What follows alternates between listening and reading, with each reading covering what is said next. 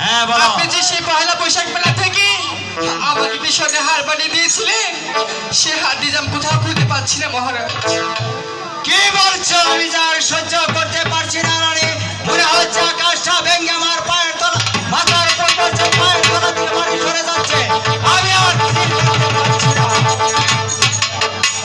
মহারাজ, সেই মালাটি যে আমার অনেক প্রিয় ছিল মহারাজ।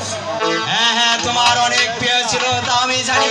তোমাকে ভালোবেসে আমি তোমাকে সেই হার দিয়েছিলাম। তোমার করো, তোমার সেই গলার হার আমি তোমাকে ফিরে দেবো, তুমি কোনো টেনশন করো না। ঠিক আছে মহারাজ, হ্যাঁ কিন্তু আমি সেই গলা হারটি কিনতে চাই। হ্যাঁ, সেটি তুমি পাবে। তুমি নিশ্চিন্তে বাসাতে ফিরে যাও। ঠিক আছে মহারাজ।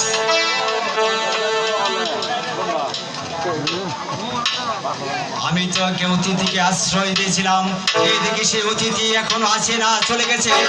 দেখি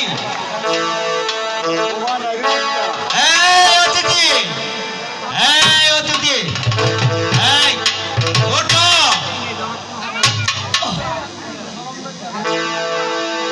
কি হয়েছে ভাই? পূর্ব দিকে সূর্য উদয় হয়েছে। পূর্ব দিকে সূর্য উদয় হয়েছে, তাহলে যে আমার যাওয়ার সময় হয়ে গেছে ভাই। হ্যাঁ হ্যাঁ, তোমার যাওয়ার সময় হয়েছে।